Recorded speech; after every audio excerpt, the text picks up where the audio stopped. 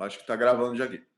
Então, o que que ficou para a última tela na aula passada? A questão da genealogia, do heredograma, né, da simbologia que nós acabamos utilizando para fazer, né, todo o estudo aí da nossa genética. Então, o quadradinho lá para falar que é o homem, a bolinha a mulher. Se a gente pintar o quadradinho, vai ser o homem afetado ali pelo caso da doença ou do problema que nós estamos trabalhando, né, da característica que estamos trabalhando. Então, é assim.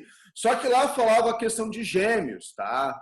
Né? Então, a gente utilizava lá, quando os gêmeos eram idênticos ou não idênticos, então a gente trabalhava dessa maneira aí. Olha só, então, para a gente estar vendo bem essa questão dos gêmeos, tá? Para a gente estar encerrando essa parte de gêmeos, eu vou trabalhar aqui com vocês a questão da... mostrar como eles realmente são formados, tá? E uma das coisas que vale a pena sempre a gente lembrar, né, gente?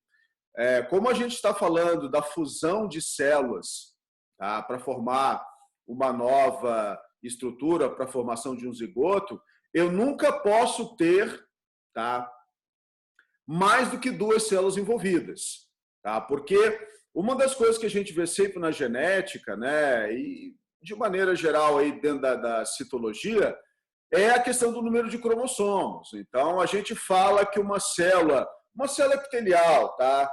Então, da minha aqui, ela tem 2N cromossomos. O que significa esse 2N, né, cromossomos? 2N, 2 significa 2 de cada.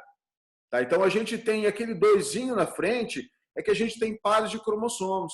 Então, quando a gente fala de 2N cromossomos, né, 2N, no nosso caso, igual a 46, o que nós estamos falando ali? 2N igual a 46 significa eu tenho 46 cromossomos no total, né?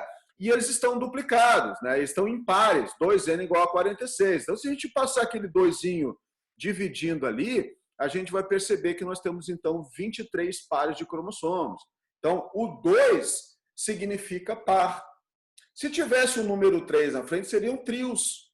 E aí é uma das coisas que eu já quero relembrar vocês aí dentro da genética, que o indivíduo com a síndrome de Down, né, ele tem 47 cromossomos. Então, ele só tem um a mais. Então, esse indivíduo 47 cromossomos, ele não é um 3N, tá? Ele é um 2N, porque ele tem 46 cromossomos, vamos falar assim, e ele tem um a mais só, então ele é um 2N mais um.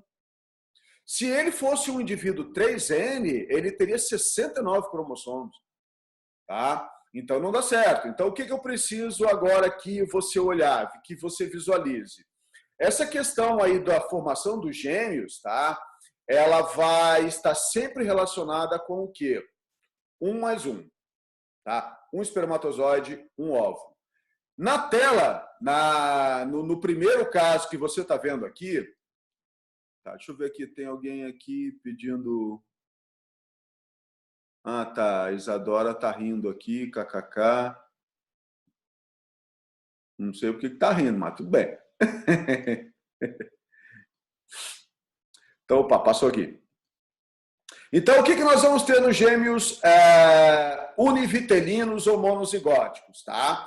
Se você olhar nessa próxima telinha aqui, ó, que eu tenho para vocês, o que nós vamos encontrar? É sempre um espermatozoide, tá vendo aqui, ó? Um espermatozoide e um óvulo. Sempre, sempre, gente. Não dá. Ah, mas e se entrar 2 espermatozoides? Não pode. Tá? Por isso que dentro do óvulo, no caso do óvulo, ele apresenta os grânulos ali com enzimas, que quando o espermatozoide conseguiu entrar, essas enzimas elas são liberadas e a membrana do óvulo ela enrijece. Tá? Ela vai enrijecer. E quando ela ficar rígida, vai acontecer o quê? Não entra mais ninguém. Tá, pessoal, mas e se entrou 2 espermatozoides? O que vai acontecer? O que vai acontecer é que um dos 2 vai ter que ser destruído. Por quê? Porque tem que vir N cromossomos aqui do espermatozoide para somar com N cromossomos do óvulo. N mais N dá 2N. Se entrar dois espermatozoides, vai ter um N a mais. Então, vou ficar N mais N do outro espermatozoide e N do óvulo. Então, o indivíduo 3N não dá certo. Nem em planta dá certo. Opção mais lá nas angiospermas, não na semente, não tem uma estrutura 3N? Sim, tem. Lá teve lá um processo chamado de dupla fecundação nas angiospermas. Só que tem um negócio lá, tá? Aquela estrutura 3N que a gente chama de endosperma é comida. Comida para o embrião 2N. Tá?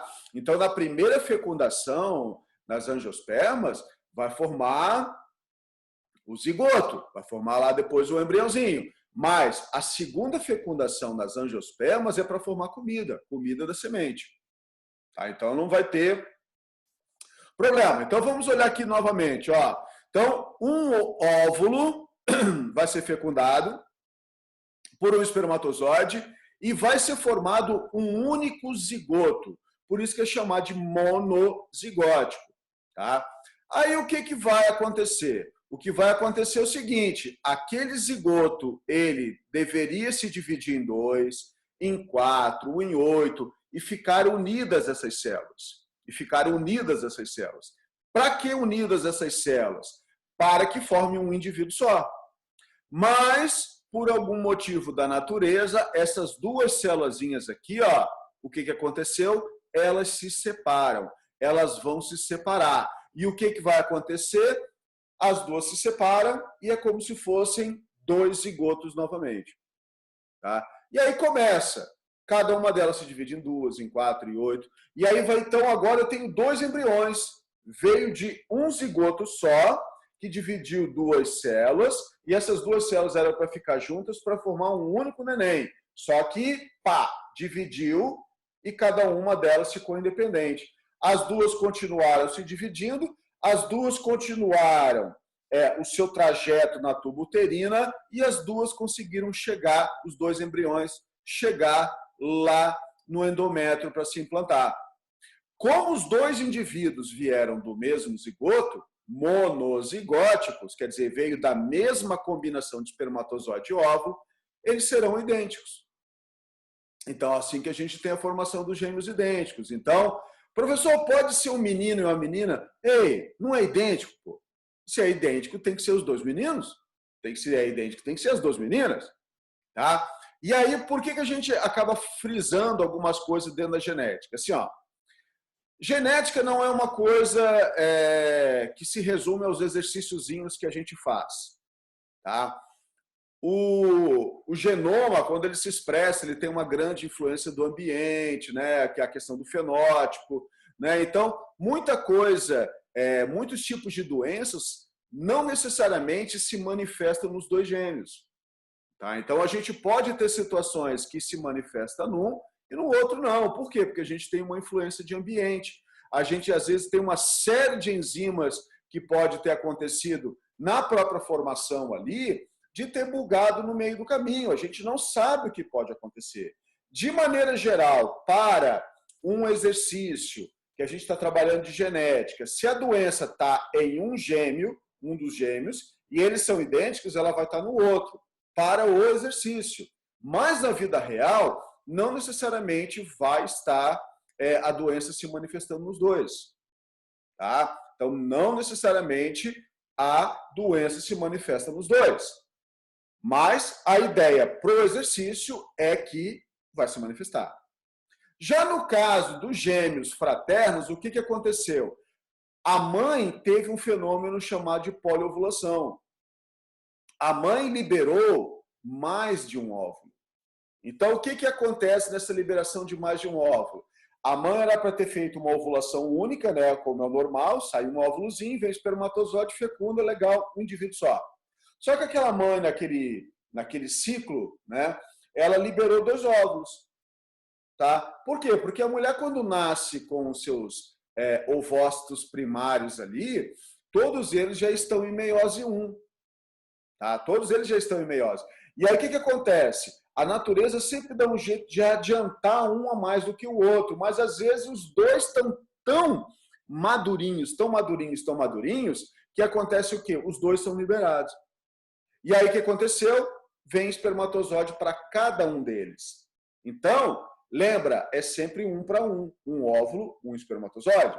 Então, o que nós tivemos? Nós tivemos lá um óvulo sendo fecundado por um espermatozoide e outro óvulo fecundado por outro espermatozoide. Resultado disso, nós tivemos 2 zigotos. Por isso que é chamado de gêmeos dizigóticos. Tá, professor, e se fossem 3 óvulos? Trizigóticos. Tá? Então, a gente tem essa diferenciação aí do primeiro caso. Resultado agora desse caso. Nós teremos a possibilidade de sexos diferentes. Tá? Por que sexos diferentes? Porque a gente pode ter um espermatozoide carregando um Y e outro espermatozoide carregando X. Então, vai sair um menino e uma menina. Podem ser 2 meninos? É claro que pode. Pode ser 2 meninos? É claro que pode. Mas o que vai acontecer é que eles não serão idênticos.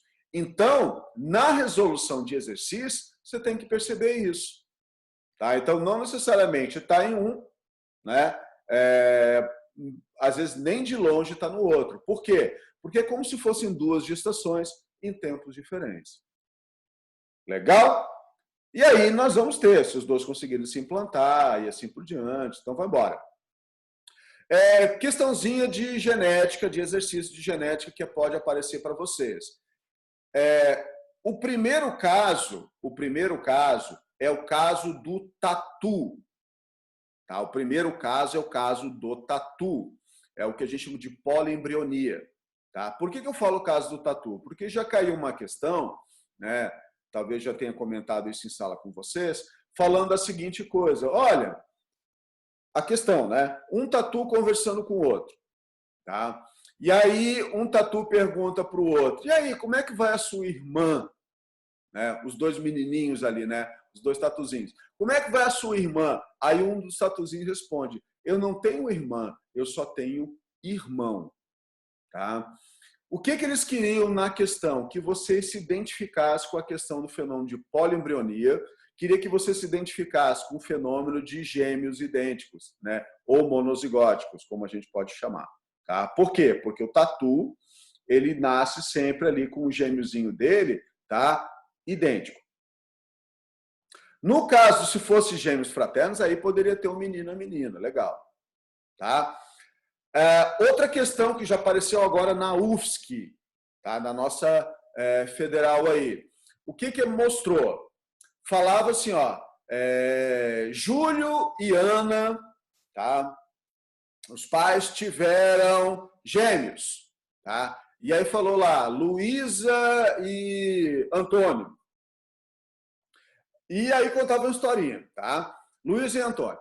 Aí chegava lá nas alternativas e perguntando, com as informações citadas no texto, é possível identificar, são gêmeos idênticos ou são gêmeos fraternos? É fenômeno de poliembrionia ou poliovulação? Bom, se eu falei para você que era a Luísa e o Antônio, Luísa e Antônio, quer dizer, sexos diferentes, então são os gêmeos fraternos, ou dizigóticos, ou bivitelinos, como eles podem chamar. Agora, nesse caso, qual foi o fenômeno que gerou os gêmeos fraternos? Foi a poliovulação. Então, no primeiro caso, o caso do tatu, foi a poliembrionia. No segundo caso, né, o que acontece com o cachorro, com a gente, né, é a poliovulação. Tá? Nós podemos ter as 2 situações. Né? A gente pode ter lá um indivíduo que teve uma poliovulação, fecundou e um dos 2 aí dividiu em 2. Né? Então, a gente tem ali na mesma, como diz, na mesma ninhada, a gente tem casos de poliovulação e casos de poliembrionia. Ok? Então, vamos lá.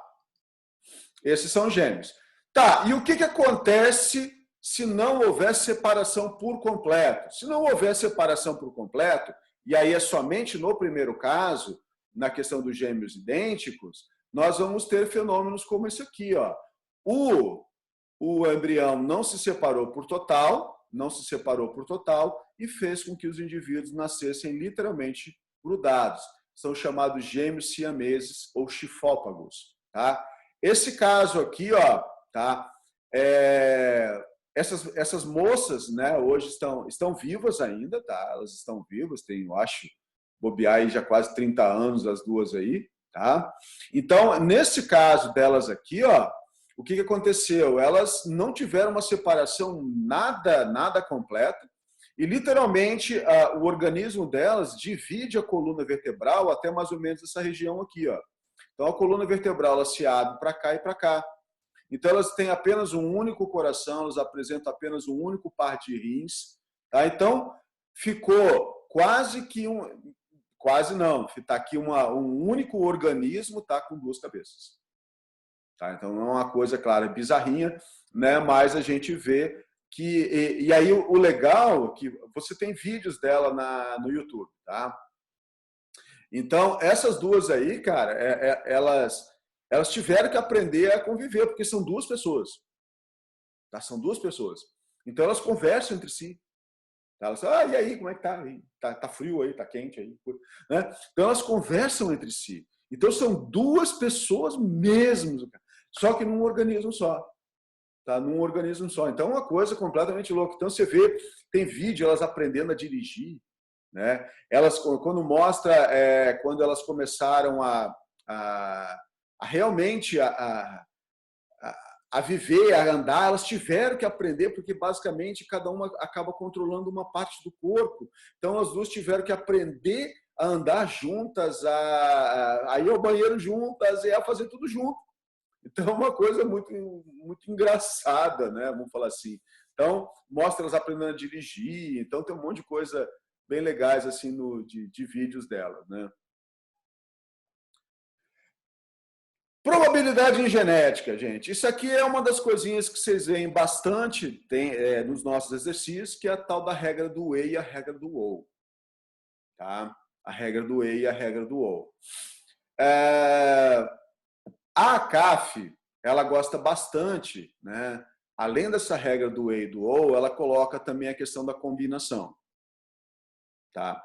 O que é a tal da combinação? A combinação você vai encontrar, qual é a possibilidade dela ter 2 meninos e 3 meninas, né? Ou ter um menino, 2 meninas, né? Um afetado, 2 não afetados. Então, quando eles colocam essa informação a mais, além de toda a parte de multiplicação que você tem que fazer, tá? De regra de E, regra de OU, vai depender da situação, você ainda tem que calcular essa combinação. É fácil, né?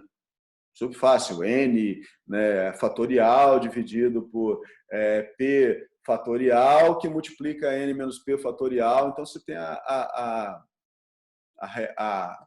formulazinha ali da combinação. E aí, esse valor, depois, você multiplicaria por todos aqueles eventos que você multiplicou. A gente vai ver exercício mais na frente sobre isso. Mas a regra do E, tá? É a regra da multiplicação, tá? Então, eu quero que seja menino e albino. Menino e albino. Então, menino e albino, eu vou ter que descobrir ali o percentual, a probabilidade de nascer albino, e eu vou ter que ver a probabilidade de nascer menino. Então, claro, menino 50%, a probabilidade do albino vai depender da situação. O que eu faço com essas duas informações? Eu multiplico. É a regra do E. Na regra do OU, tá? É quando você está querendo apenas um deles. Olha, eu quero que seja menino ou albino. Tá? Eu quero a probabilidade delas separadas.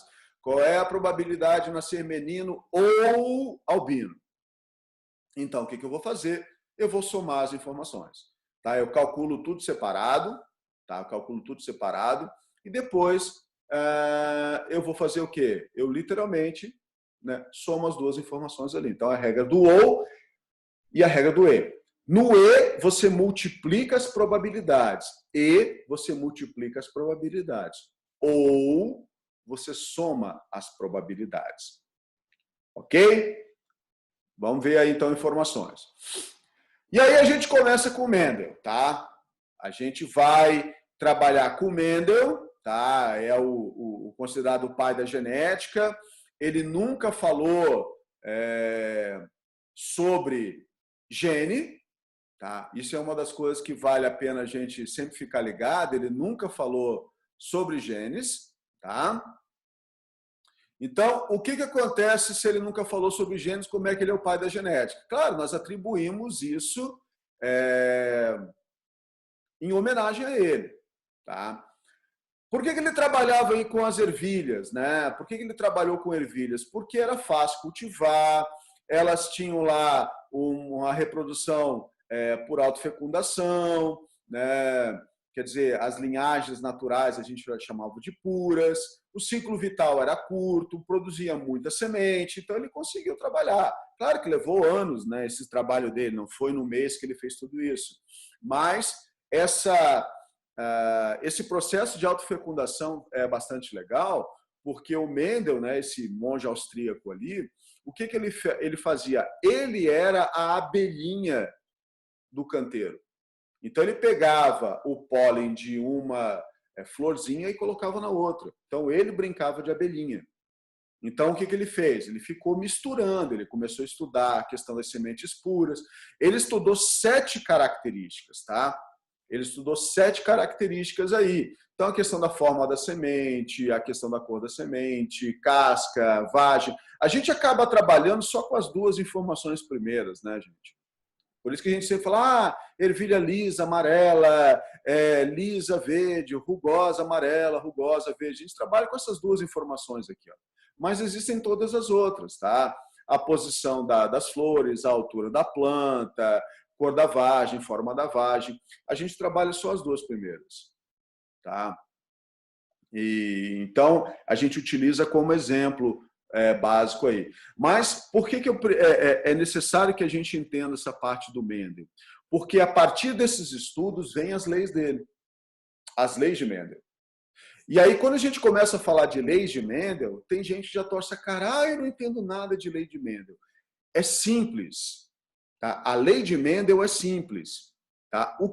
Para que ela serve? Vamos falar sobre elas aqui. Ó. Hoje eu vou falar com vocês da primeira lei de Mendel. Tá? A primeira lei de Mendel, tá? O que é? É a lei para você entender da onde vieram os genes. Tá? Da onde vieram os genes. Então, quando você trabalha com aquele esquema dos quadradinhos, né? Você tem lá um indivíduo afetado. Né? Suponha que ele é um azinho. Tá? Por quê? Porque a doença ali que a gente está considerando é uma doença recessiva. Então, para a doença recessiva se expressar, o indivíduo tem que ser azinho. Tá? Num exemplo, por exemplo, o albinismo, que a gente trabalha muito comum. Então, se o indivíduo é azinho, o que a primeira lei de Mendel vai me ajudar? Bom, a primeira lei de Mendel diz que quando os indivíduos estão formando seus gametas, agora olha só, as leis de Mendel, tá, é para a gente entender da formação dos gametas. Tá? É para a gente entender como é que um gene veio parar aqui e o gene foi parar no outro lado. Então, são as leis para ver os gametas. Tá? Como é que eles se separam, essas informações. Então, a primeira lei diz o seguinte, que em cada gameta, numa linguagem mais tranquila, em cada gameta, apenas um gene. Tá? Em cada gameta, um gene. Então, se nós estamos trabalhando com 2 genes, o azão e o azinho, eu sou azão-azinho, tá? Por uma característica qualquer. O que eu faço? Na hora de produzir meus gametas, metade dos meus gametas produzidos carregarão o azão. E a outra metade vai carregar o azinho. Então, o que eu tenho? Metade azão, metade azinho. É a lei da pureza dos gametas. Quer dizer, metade dos meus gametas só carrega azão. Metade dos gametas só carrega azinho. Então, os genes são puros. Tá? Eles não têm ali o seu companheiro. Essa é a primeira lei de Mendel. Então, quando você trabalha lá a questão do indivíduo azinho, nada mais é do que, qual é a origem do azinho? Um azinho deve ter vindo da mãe. E de onde veio o outro azinho? O outro azinho veio do pai.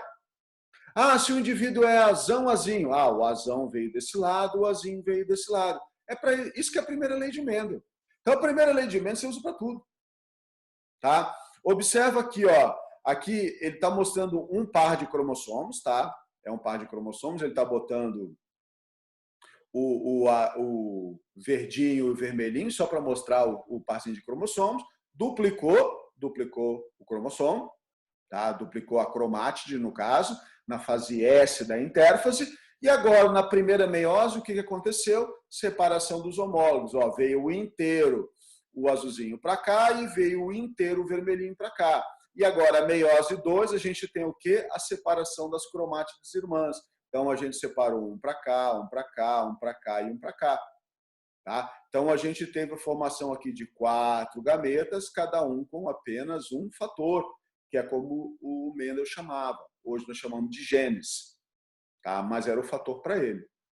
Dá para entender isso? Vocês estão me ouvindo bem aí, né? Estão me ouvindo, né? Então, essa questão do fator de genes aí, a ideia é sempre essa, tá, gente? Tá? É sempre essa a ideia aí. Alguém sabe dizer onde está isso na apostila? Apostila 6, galera. É bem... logo após a parte de meiose, né? Depois que a gente tem a questão da gametogênese, entra a parte de genética. Né? Entra a parte de genética. Tá, então continuando aqui. Olha só, aqui tem uma piadinha, né? Tá? Então, olá, filho, né? O pai é azão, azão, né? A mãe é azão, azim, tá? E o filho é azinho, azinho, tá? Porém, o carteiro é azão, azinho, tá? Então, o que acontece aqui, né? Esse aqui não pode ser o pai, porque pela primeira lei de Mendel, ele só tem o gene azão. Então, da onde veio o azinho aqui? Né? A chargezinha aqui para mostrar na brincadeira na genética, o azinho veio do carteiro. Tá? Então, isso que é a tal da primeira lei de Mendel. Então, a primeira lei de Mendel ela serve para isso, tá, gente? Para a gente perceber bem essa questão da onde veio o gene. Agora, eu preciso que você, tá? Eu quero que você olhe isso aqui, ó. Tá?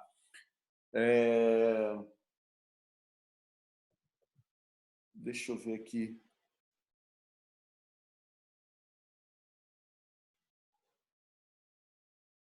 Só um instantinho.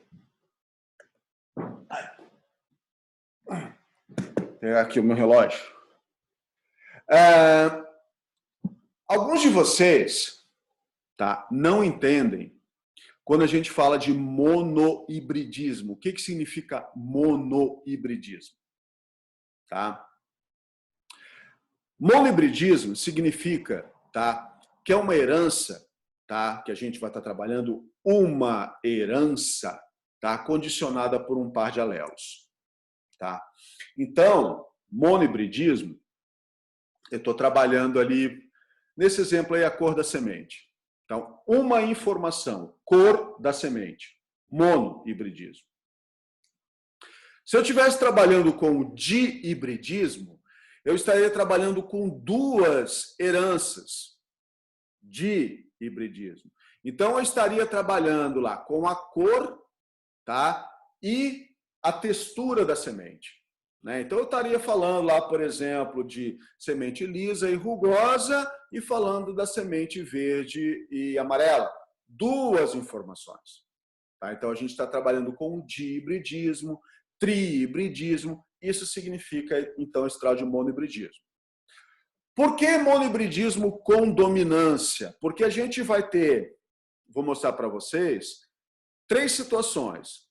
Tá? A gente tem o monohibridismo com a dominância completa, tá? A dominância completa. A gente vai ter a dominância incompleta, tá? E a gente vai ter o monohibridismo sem dominância. Tá? Então, a gente vai ter a dominância completa, a dominância incompleta e sem dominância, ou codominância. Tá? Então, completa e incompleta. O que significa a completa? A completa é a clássica. Tá? O azão manda no azinho. Azão manda no azinho. Então, para o azão se manifestar, basta ele estar presente. Azão, azão ou azão, azinho. Para o recessivo se manifestar, somente azinho, azinho. Isso é o monobridismo com a dominância completa, a clássica. Tá? Então, o que nós encontramos aí nessa tela para você observar? Tá? A questão da cor da semente. Então, nós vamos encontrar aqui as sementes, a geração parental, parents, tá? A geração parental. Então, a gente vai encontrar a geração pura. Tá? Então, a gente vai pegar aqui, ó, ervilha amarela, e a gente vai ver que ela é vezão, vezão, dominante, com ervilha verde, vezinho, vezinho. Tá? Então, a gente vai encontrar ó, a amarela, vezão, vezão, e a verde, vezinho, vezinho. Ok? Quando a gente fizer o cruzamento dessas duas, fazendo aquela regra do chuveirinho, vezão com vezinho, vezão com vezinho e assim por diante, nós vamos encontrar a primeira geração 100% amarelas. Tá? Agora, olha só, o que é o vezão, vezão? Genótipo. Genótipo.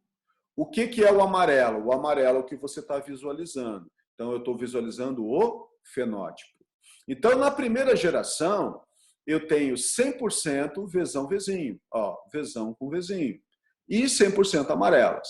Aí, o que foi feito? Um cruzamento entre as amarelas. Então, a gente cruzou dois heterozigóticos, tá? Dois heterozigóticos, que também pode se chamar de híbridos. Tá? Por isso que você vê lá, ou, né, no caso heterozigótico, você vê lá um indivíduo híbrido. Quando ele fala híbrido, ele está falando de heterozigótico. Azão, azinho.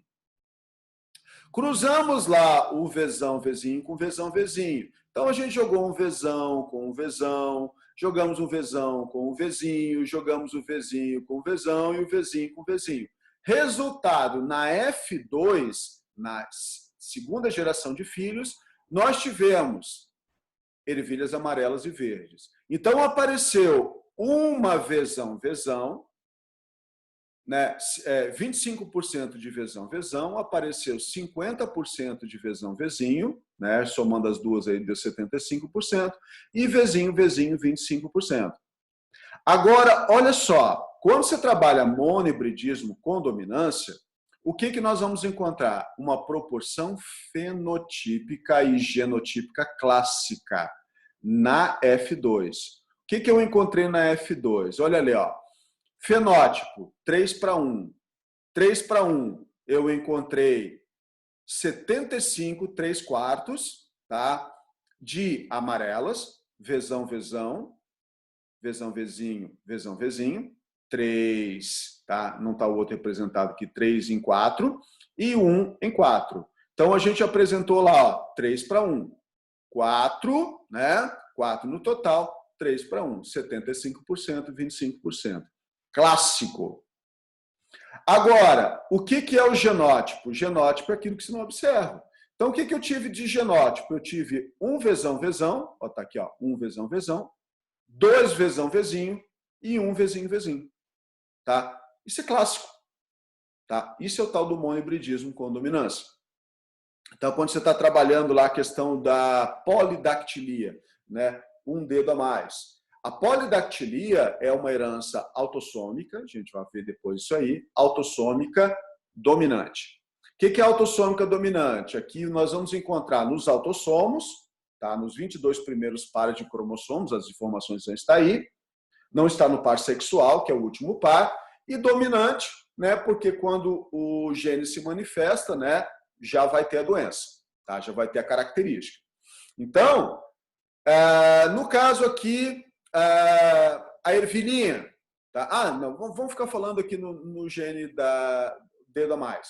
Então, se o indivíduo é azão, azão, ele tem 6 dedos. Se o indivíduo é azão, azinho, ele tem 6 dedos. Se o indivíduo é azinho, azinho, ele tem 5 dedos.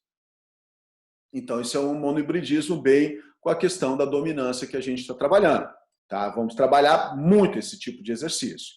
Agora, o que seria o monohibridismo com a dominância incompleta? Olha só agora. É o monohibridismo com a dominância incompleta. tá? Ou chamado sem dominância. Só que tem que tomar cuidado com alguns termos aí, tá?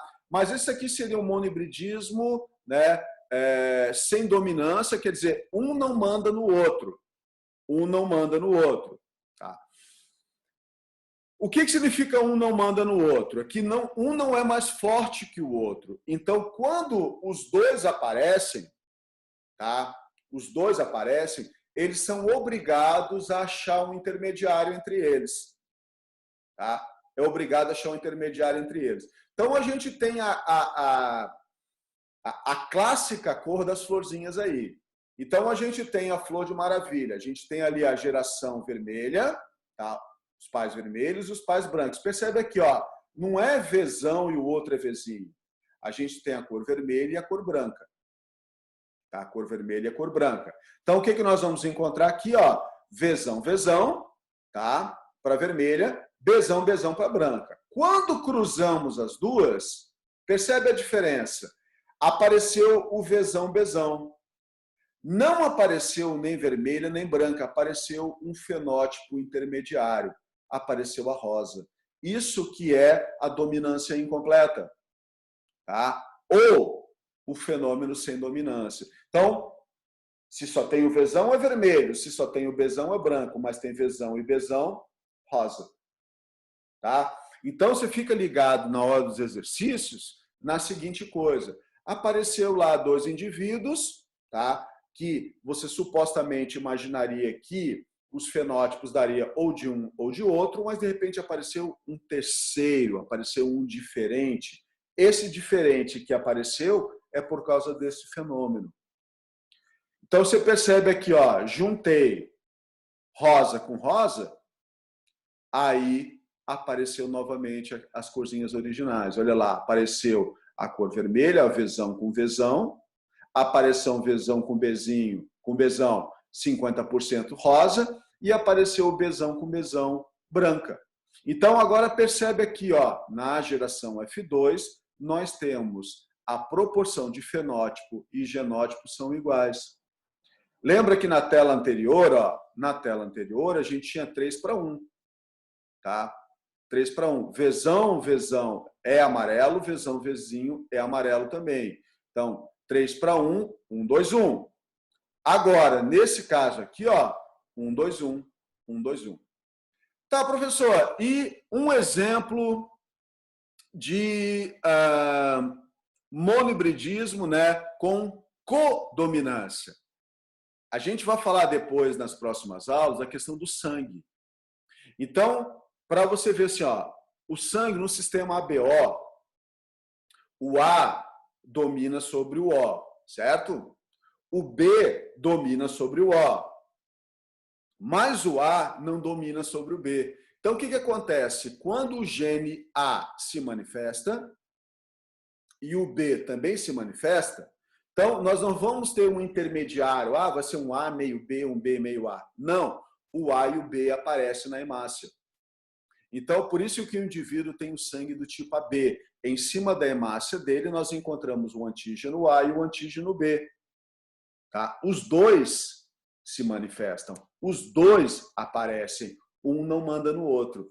Se fosse um caso como esse que você está na sua tela aí, apareceu o gene A, apareceu o gene B, só que um não é mais forte que o outro e os dois são obrigados a achar um intermediário. A gente acharia, então, um A meio B. Né? Por exemplo, assim, apareceu um genótipo C.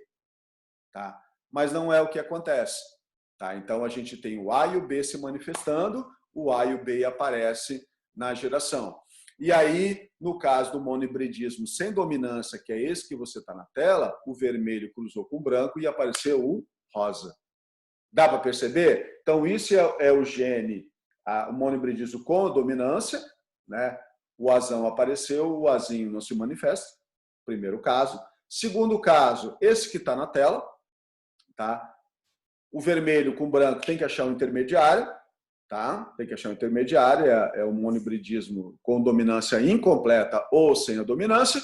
E a gente tem um terceiro caso, que é o caso da codominância. A codominância é que quando os dois aparecem, o A e o B, os dois aparecem também lá no fenótipo, o A e o B. Ok? O que eu tinha para trabalhar com vocês hoje é isso aqui, tá? É isso aqui. Na aula de amanhã, vocês viram que foi bem legal hoje, né? Hoje não teve nada de travar vídeo, não teve nada. Trabalhar aqui pelo Zoom é bem legal. Então, eu vou agora colocar essa aulinha que a gente está gravando aqui, tá? Eu vou jogar ela lá o link dela, vou jogar ela lá no YouTube e vou colocar o link dela ali na nossa Mediateca. Então, se você quiser rever isso aqui, tem ali para você dar uma olhada nisso. Mas essa é o grande diferencial dessas três situações que a gente utiliza a primeira lei de Mendel. Beleza? Na aula de amanhã, eu vou estar falando, começando a falar com vocês, né? Vou mostrar algumas coisas aqui no caderno.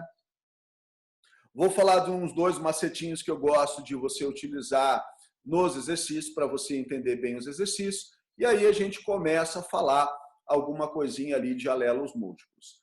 Beleza, gente? Genes letais eu vou passar na aula que vem. Isso aí, Isa. Porque assim, ó, o gene letal está relacionado com um dos macetinhos que eu vou trabalhar. Tá? Um dos macetinhos que eu vou trabalhar, que é a exclusão, né, do indivíduo que morreu, né, no caso do gene letal, morreu, então ele não vai entrar no processo. Que é o que a CAF gosta bastante, aquele esquema do 1/3, 2/3, que a gente vai trabalhar. Envolve o gene letal. Então eu vou deixar para amanhã. Ok, gente? Tranquilos? Então, vou interromper a nossa gravação aí. Grande beijo. Até amanhã com vocês aí.